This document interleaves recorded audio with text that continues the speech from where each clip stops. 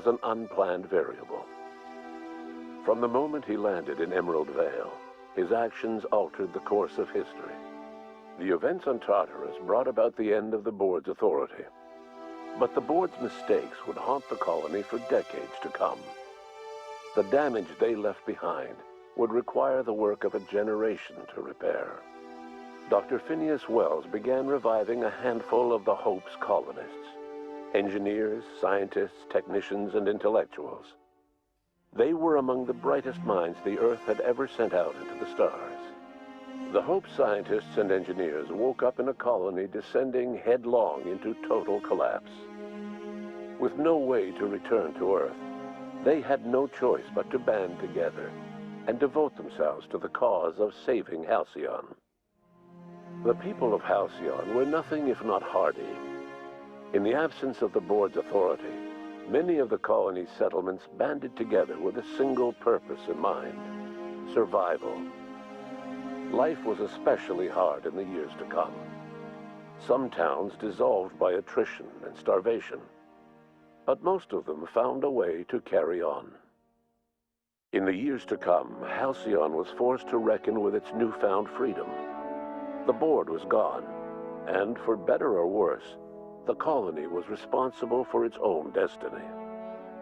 Between MSI's worker-centric policies and the iconoclast's manpower, Sanjar and Zora were able to rally many of the Terra 2 townships to their cause.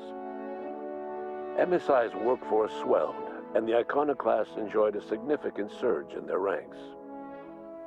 The board was too distracted by infighting and internal politics to stop MSI from becoming a powerful corporation and a refuge for townships that might have fallen through the cracks. Consumed by paranoia, Lilia Hagen took Sublight Salvage in a controversial direction, openly accusing board officials of an extraterrestrial conspiracy. One day, an accident at the Groundbreaker's docking bay silenced her forever. Time would tell if her replacement could keep the Sublight family together. Adelaide McDevitt replaced Reed Thompson as the leader of Edgewater. She and her followers transformed Edgewater in their image. Anyone loyal to Reed was pressured into leaving town, and those who stayed behind adapted to her way of life. Adelaide transformed the old cannery into a new garden. The nearby Edgewater Cemetery provided a convenient source of fertilizer. Under the leadership of Junlei Tennyson, the Groundbreaker held firm against corporate influence. The ship's mechanical stability gave Junlei the time to educate a promising generation of engineers schooled in her family's traditions. The future of the Groundbreaker looks promising.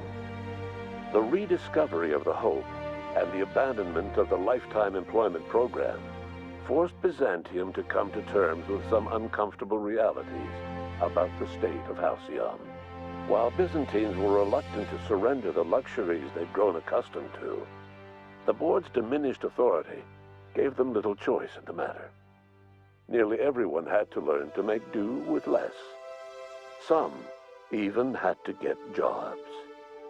It was a dark time indeed.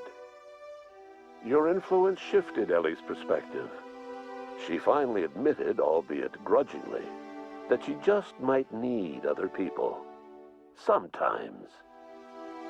With a steady income from the life insurance payouts, she was finally able to afford a ship of her own. She hired a small crew and flew supply missions to communities on the fringe. Some of them were even legal. Life in Halcyon was sobering for Felix Millstone. The grand revolution he dreamed of never came. There was no great awakening for the colony, no celebrations in the streets.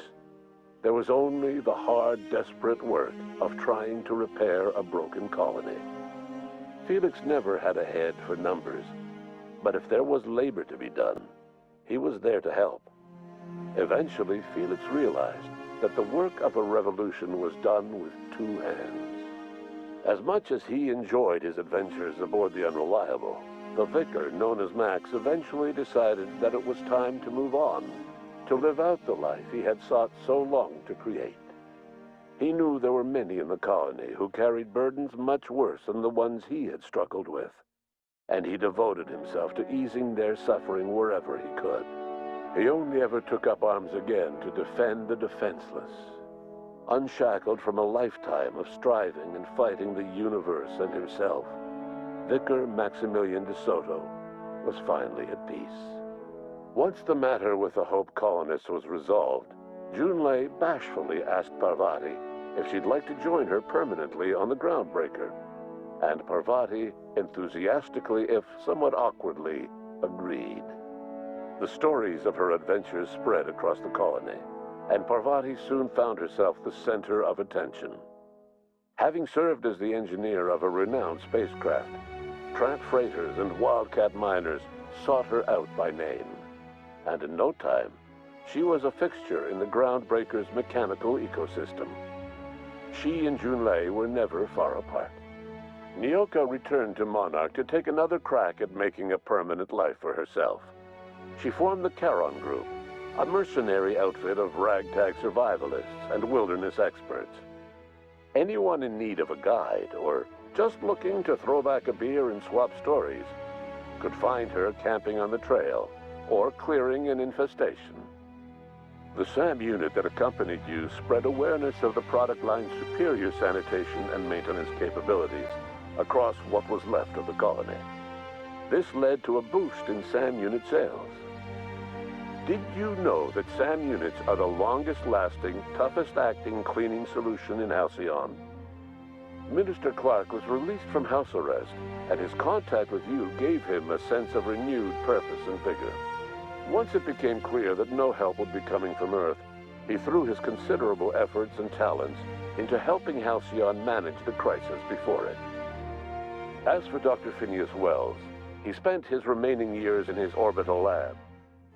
He eventually came to terms with his own past and was able to forgive the mistakes of his younger self by devoting his remaining years to serving the colony.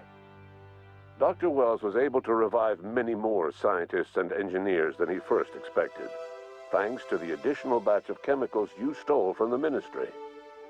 Wells never forgot about the human lives that were lost in acquiring these chemicals. In the end, Dr. Wells was able to save every scientist and engineer aboard the Hope. Over the next decade, nearly all of the Hope's remaining colonists were successfully revived. Halcyon saw a period of rapid technological and scientific advancement. Breakthroughs in dietary supplements saved the colony from starvation. Geoengineering projects and social reforms began to change the structure and character of the colony. Dr. Wells laid the groundwork for the project to save the colony, but he would never live to see the fruits of his labor. He passed away a few years later. His work was carried on by the scientists and engineers he revived. Today, Halcyon has stabilized. The people of the colony work hard to adapt to their new circumstances. Nearby colonies send aid and supplies. Life will never be easy in Halcyon, but for the first time in its history, there exists a sense of real, genuine hope about the future. And what about you, the unplanned variable in the history of Halcyon? Long after Wells passed away, you carried on his work with more energy, determination, and brilliance than he could ever muster. The years that followed were hard, but Halcyon survived by the efforts of the Hope's most promising colonists, the greatest of which was you. No one knows what's happened to Earth, and no one knows what the future has in store for Halcyon. All we know for certain is this: the name of the Unreliable and that of its intrepid captain will remain the subject of countless stories for years to come.